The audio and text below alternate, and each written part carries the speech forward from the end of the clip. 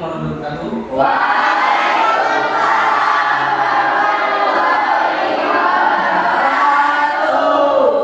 Selamat siang semuanya. Siang.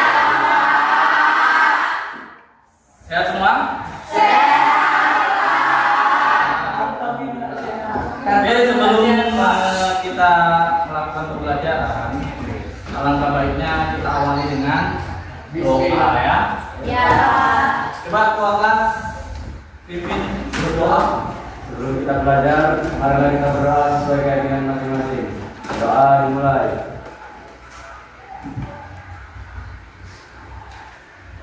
Doa selesai. Kepada Bapak Ibu Guru, kepada Bapak Guru kita beri salam.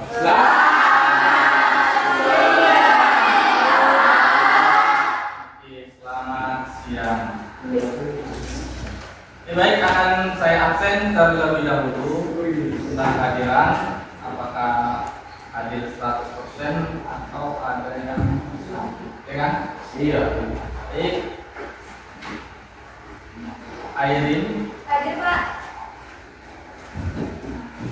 Anastasia, Hadir, Pak. Anissa, Hadir, Pak. Arif, Oke Pak. Setia, Hadir, Pak.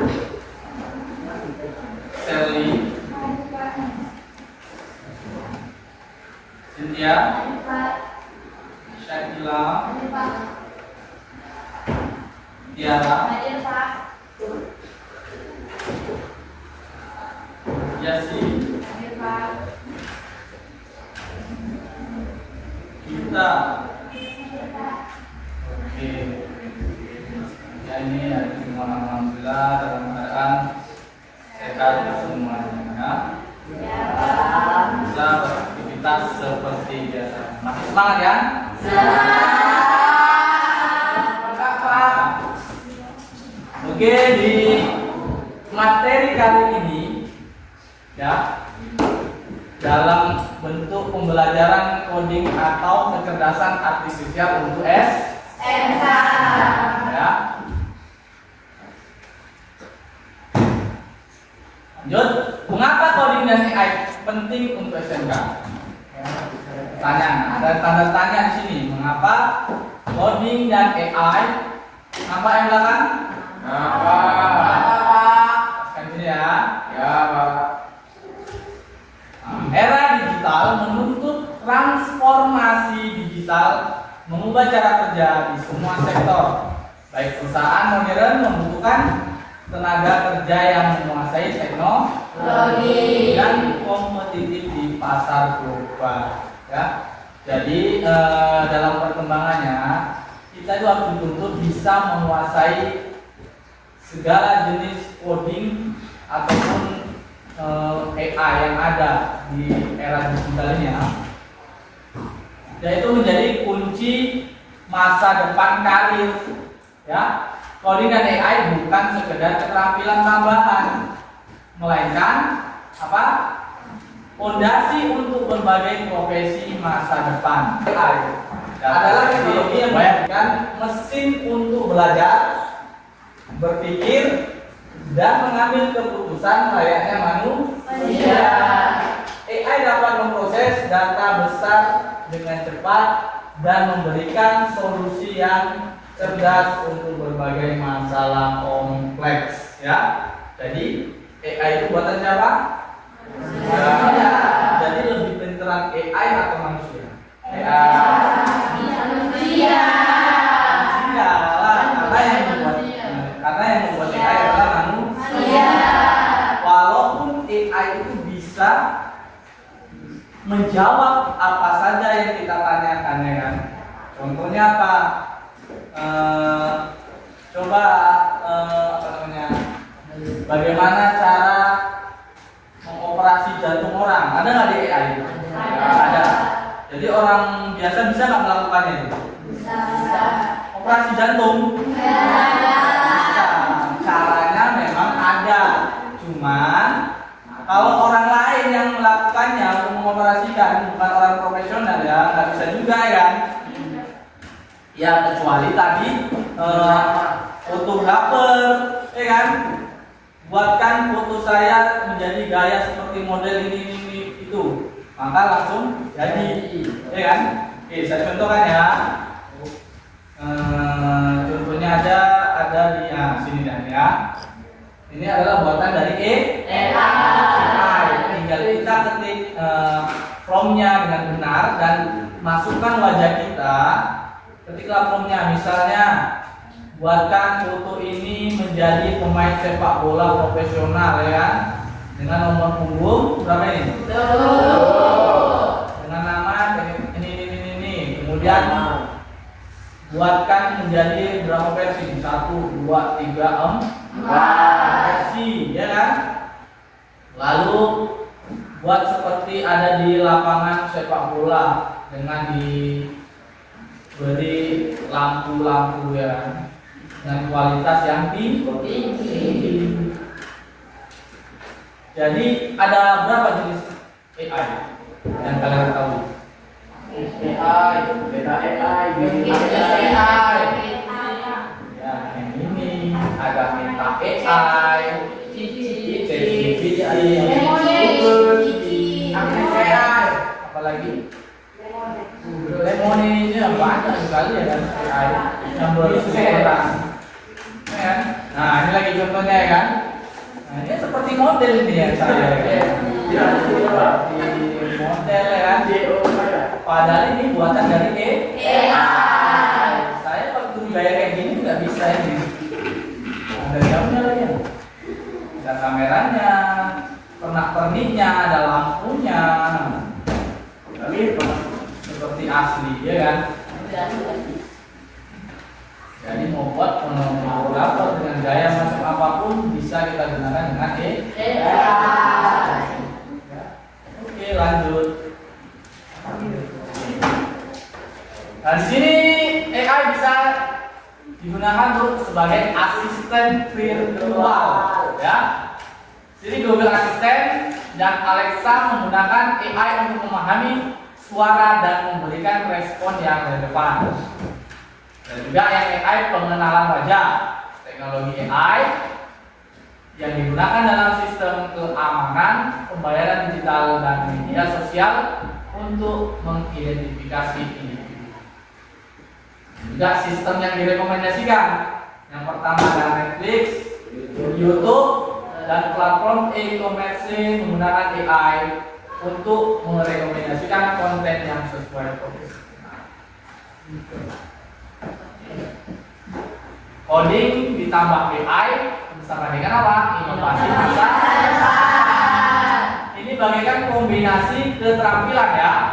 Coding dan pemahaman AI menciptakan peluang tak terbatas untuk inovasinya.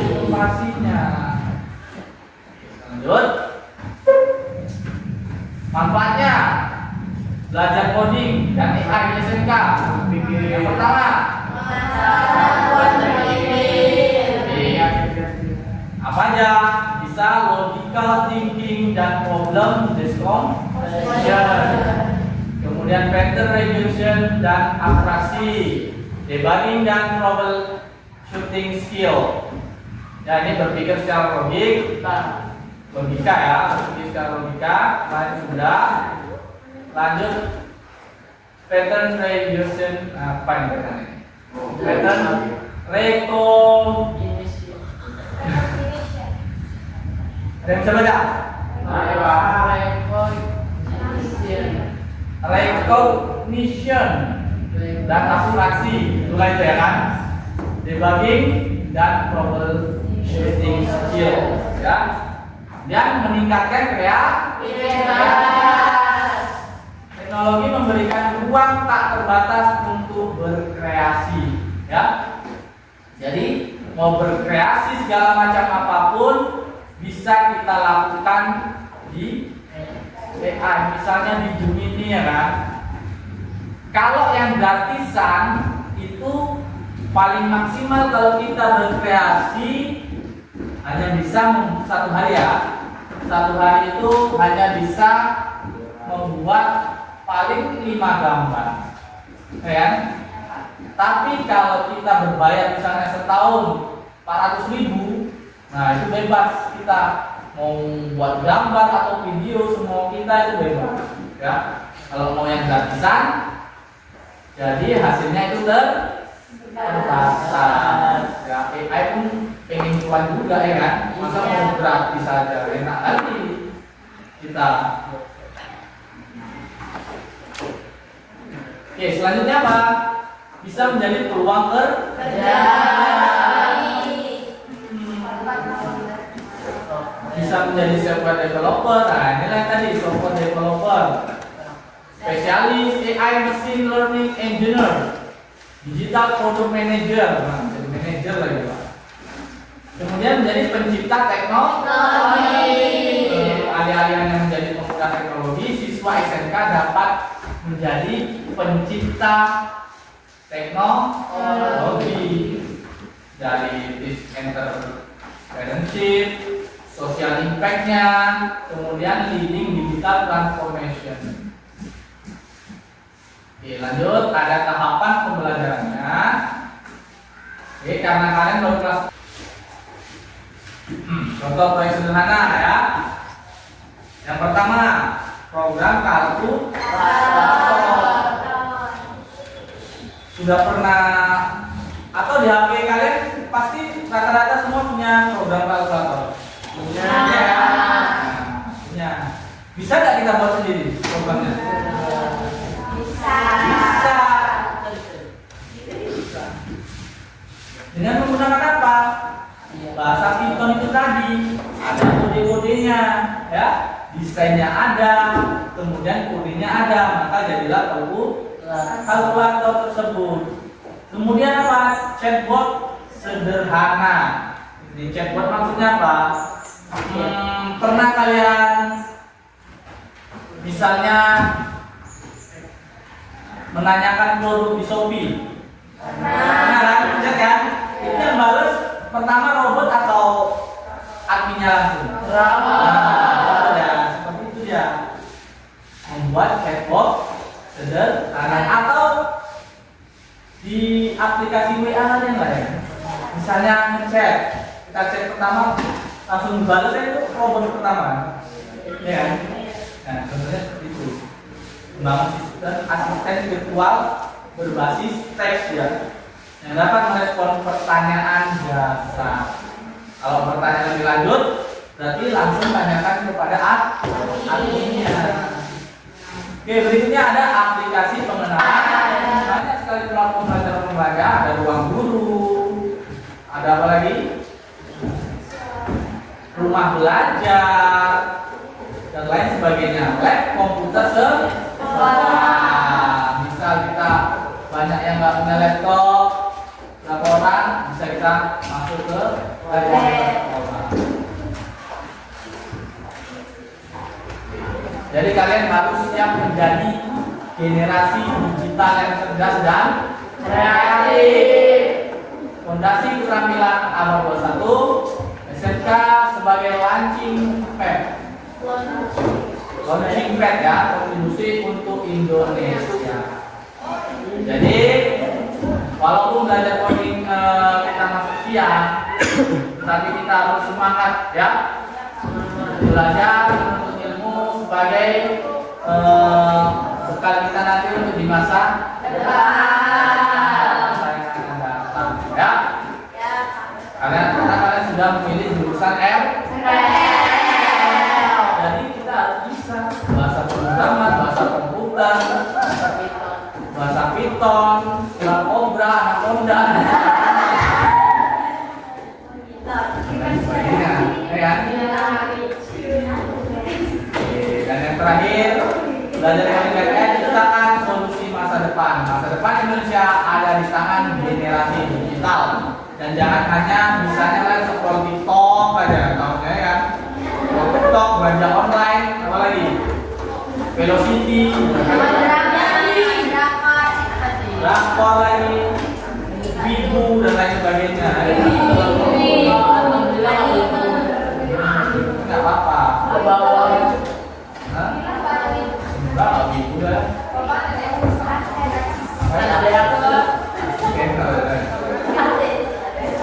Jadi untuk itu mungkin hanya itu saja materi yang bisa saya sampaikan, ya kan? Kedepannya kita belajar lagi, ya kan? Lebih serius lagi. Kemudian